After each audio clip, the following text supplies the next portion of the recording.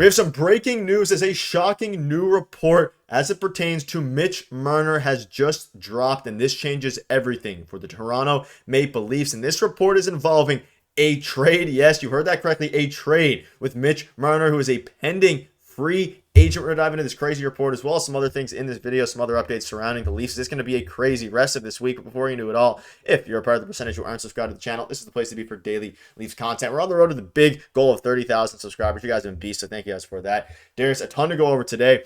This is craziness, and obviously this is the third video of the day. Tons of news is dropping tomorrow. Brad Treliving speaks to the media. There's a bunch of things happening, but we got a report just minutes ago here from Frank Saravalli, and it has fans fired up. It has us, I mean, not confused necessarily, but maybe even cautiously optimistic, depending on how you view and who you kind of how you feel and who you are surrounding your thoughts with Mitch Marner. Frank Saravalli, Vegas is the best fit at this moment for Mitch Marner. Leafs could look for a sign and trade. And this obviously has blown up regarding, Leafs fans and everyone surrounding the team, because this is the first time we've heard about a sign and trade. And this is now the third or fourth time from different reporters that Vegas has been linked to Mitch Marner, but this time in a sign and trade, which we'll dive into why, and we'll also dive into how it can make sense and maybe earn some brownie points there for Mitch Marner before he heads out of Toronto. But Darius, a brand new report dropped moments ago, and we got you covered here, but a very interesting one that I actually really, really like the idea of. Yeah, there was a lot of trade reports dating back to last summer that we were covering as well that had Mitch Marner going to Vegas because of how good of a fit it was. So that does make sense in that way. We've been talking about this for a year at this point.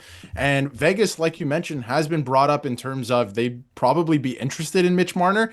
And Vegas was one of two teams that Mitch Marner, from all accounts, the insiders are saying, the reporters, that Mitch Marner would want to go to. It's Vegas and Florida. And Florida, I think, is interesting for Mitch Marner. That's a whole different topic for another video. But for Vegas, I think that he actually does kind of fit in. But, it would probably have to be a sign and trade, or they would have to make some weird moves in the offseason to free up some cap for him. But obviously, Vegas being Vegas, they're going to find a way to do that for sure. If they want Mitch Marner, they would get Mitch Marner. But I think it's an interesting one. In a sign and trade, you're not going to get anything crazy. If you look back at last year too, the Dallas Stars, like a sign and trade with Chris Tanev and the Toronto Maple Leafs, they technically traded Chris Tanev to the Maple Leafs. The Maple Leafs didn't sign him in free agency.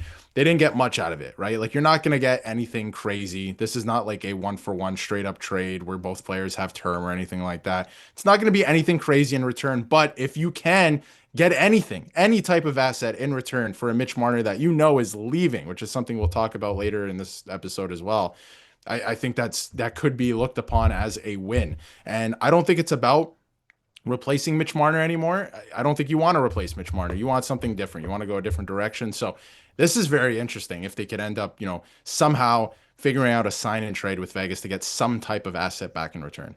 Yeah, and a pretty big report here. Saravalli's pretty tuned in.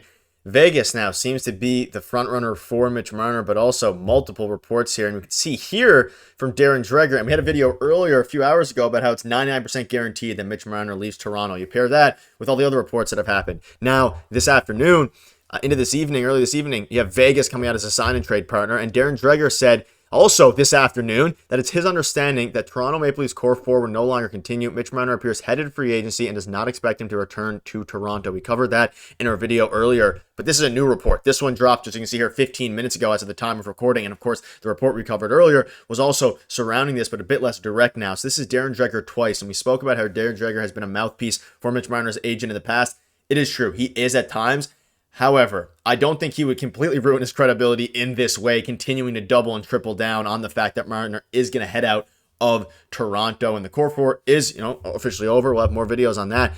But the sign and trade piece seems very interesting. And you also now doing some other research. You think back to, a couple days ago and even yesterday from Kelsey. Don't be surprised if Mitch Marner happens to end up in an income tax-free state.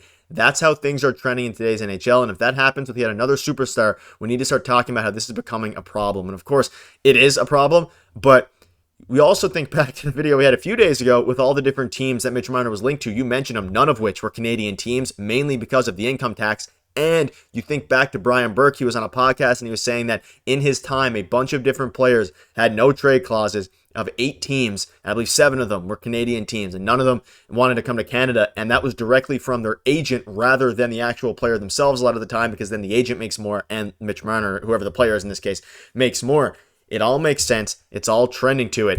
And at this point, I mean, Vegas seems to be the front runner, even though it's a bit early for that. It makes a ton of sense. Also, from Mitch Marner's perspective, income tax, all these different things. But he'd also be joining a winning team, so he doesn't have to, rebuild or do whatever it is there. And Vegas does have some spotlight, but definitely nowhere near Toronto because they're not a hockey city by any means. Yeah, and I mean that's a place that it sounds like he wants to go to, either Florida or Vegas, where I'm not saying that they don't necessarily care there, but obviously not as much spotlight there. We know that. And this has become a problem, like Kelsey was talking about. It's something that we're going to start talking about because it's going to affect certain free agents and where they want to play and where they'd rather play. And obviously there's loopholes around it and stuff like that. And agents have come out and said that, it is a bad thing, but there is loopholes and stuff that you can figure out around it. But it still definitely affects your income as a player. So there should be some type of either luxury tax like the NBA has, or something. They should figure out something out where it evens out for certain teams so you can actually spend, the same amount, right? And players are making the same amount because it's going to affect where players sign. But nonetheless, I think Mitch Marner wants to leave anyway. And like you mentioned, it's not like he's going to Chicago or anything. He might be open to this idea because he'd be going to Vegas, who want to compete, right? They're in contention for the Stanley Cup every year, it seems, at this point. So I think he'd be open to it. But it is becoming a problem. It's something that, I don't know if the league has any interest in looking at, but man, it would be so much better if there was some type of luxury tax that I'm sure MLSE would have no problem paying if it means that they can make the team better, right? So it's that's interesting. I don't know if that's going to change anytime soon, but yeah, a lot of players are looking to either play in Vegas, Florida, other states where you don't have to pay, any income tax or anything like that. But it's going to be very interesting to see if what exactly ends up happening, because like you mentioned, Darren Dreger, and we talked about it earlier, there's times where, he's been putting things out there that, was from Mitch Marner's camp. So it's hard to believe anything, at face value right now with the situation. Mitch Marner himself hasn't said anything. I want to give him credit here as well. He hasn't actually said anything in terms of dollar amount. Like nothing's really leaked, right? Per se. Obviously, during the course of the year, we've heard stuff from the Leafs, but I think it's just both sides trying to negotiate through the media. They've always done it that way. It's messy. None of the other players do it. I feel like it would be best to move on, not only because of the on-ice stuff, which we know, but this stuff as well. We don't even know what we can believe at this point. Yeah, and also, one quick note before I wrap up. This is all happening, of course, Wednesday, May 28th, later in the night.